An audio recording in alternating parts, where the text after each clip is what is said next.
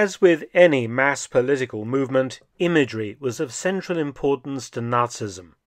We are all familiar with Hitler's use of the swastika, the Hakenkreuz, as the central motif of his political movement. And indeed, I defy anyone who sees the swastika today in any context to not immediately think of the Nazi Party or Adolf Hitler. Hitler understood very well the psychological effect of images in promoting his message, and another image that also became strongly associated with the NSDAP was a particular type of eagle.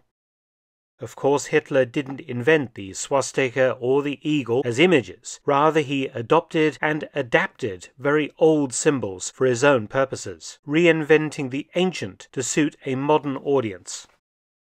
But Heinrich Himmler, from 1929 onwards, Reichsführer SS, the leader of the SS, Hitler's elite bodyguard unit that would steadily grow into a huge army with its own Panzer, Panzergrenadier and infantry divisions, went further than Hitler in trying to create a Nazi mythology and a Nazi religion.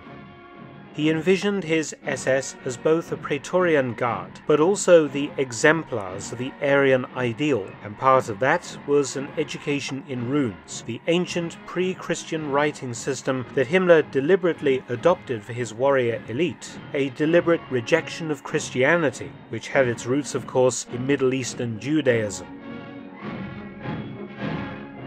Himmler's vision was of the Germanic pagan past, in the forests of northern Europe, to create a new belief system, and heavily informed by the 19th century Völkisch movement that informed so much right-wing political discourse in Germany into the early 20th century, and particularly during the interwar period when the Nazi Party had first emerged inside Germany. One major example of this being the Thule Society. The Thule Society was an occultist group formed in Munich in 1911 that studied the origins of the so-called Aryan race. It was a secret society that had some 1,500 members and was extremely supportive of the burgeoning Nazi movement post-World War I. It included several figures who featured prominently in the Nazi movement, including Hitler's mentor, Dietrich Eckart, and leaders like Rudolf Hess, Alfred Rosenberg, and Hans Frank. It was dissolved in 1925. Runes are ancient symbols that were used by Scandinavian and Germanic peoples of the Dark Ages and medieval periods for both everyday writing and for magical symbolism. Several distinct runic alphabets have been identified, for example among the Vikings, and Himmler demanded that every early SS man be familiar with a number of runes, and importantly what they represented in relation to their organization. These particular runes were often used as divisional symbols by Waffen-SS formations and other Nazi organizations, which is where the student of World War II most often sees them, painted on German vehicles. The runes that Himmler used for the SS originated with a Völkisch mystic named Guido von List, who had created out of the original runic alphabets his own Armenen runes, von List basing them loosely on the historical runic alphabets of the Dark Ages, and imbuing them with right-wing nationalist ideals from the Völkisch movement that swept through Germany. Aside from runes, the SS also adopted and adapted other important Germanic symbols. Most famously, of course, the Hakenkreuz, or Crooked Cross, known commonly worldwide for its Indian name, the swastika, was a symbol found all over the ancient world, in pretty much all cultures. In the pagan Germanic tradition, the Hakenkreuz was the sign of Thor, the thunder god. In the 19th century, the Hakenkreuz became clearly associated with nationalism and the racial struggle, and was adopted by some Freikorps right-wing paramilitary units in the early Weimar Republic period as their symbol. Hitler adopted this symbol as the symbol of the Nazi Party, and it was to feature on several parts of the SS uniform, including of course the SS eagle on the cap, left arm of the tunic, and belt buckle. Another non-rune, but an important symbol adopted by the SS was the Sonnenrad, or sun wheel, which came from the Old Norse people of Scandinavia and represented in their cultures the sun, the giver of life. In the 19th century it was used as the symbol of the Thule Society. The Sonnenrad is clearly a type of swastika and was used in World War II as the divisional sign of several SS divisions, because members of these divisions were formed by volunteers from Norway and other Scandinavian nations. We are all familiar with the lightning flashes of the SS badge, but in fact taken singly the image is an ancient rune called the Sigrun, or the Victory Rune. Cleverly, in 1933, an SS officer named Walter Heck created the SS symbol by drawing two Sigruns side by side, creating a play on words. It forms the title SS, but also means, in the runic sense, victory, victory. Such a runic symbol was used on all SS insignia thereafter. We also have the Ger rune, which was symbolic of communal spirit within the SS organization. Another very special symbol to the SS was the Wolfsangel, or wolf's hook, an ancient pagan device that it was believed had the magical power to ward off werewolves.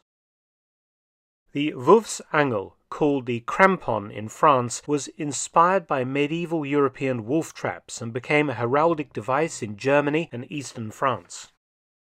In the 15th century, German peasants took up the Wolfsangel as a symbol of liberty and independence during a revolt against the mercenaries of the German princes. However, the Wolfsangel took on a negative connotation during the 30 Years' War during the 17th century, being called the badge of wanton tyranny.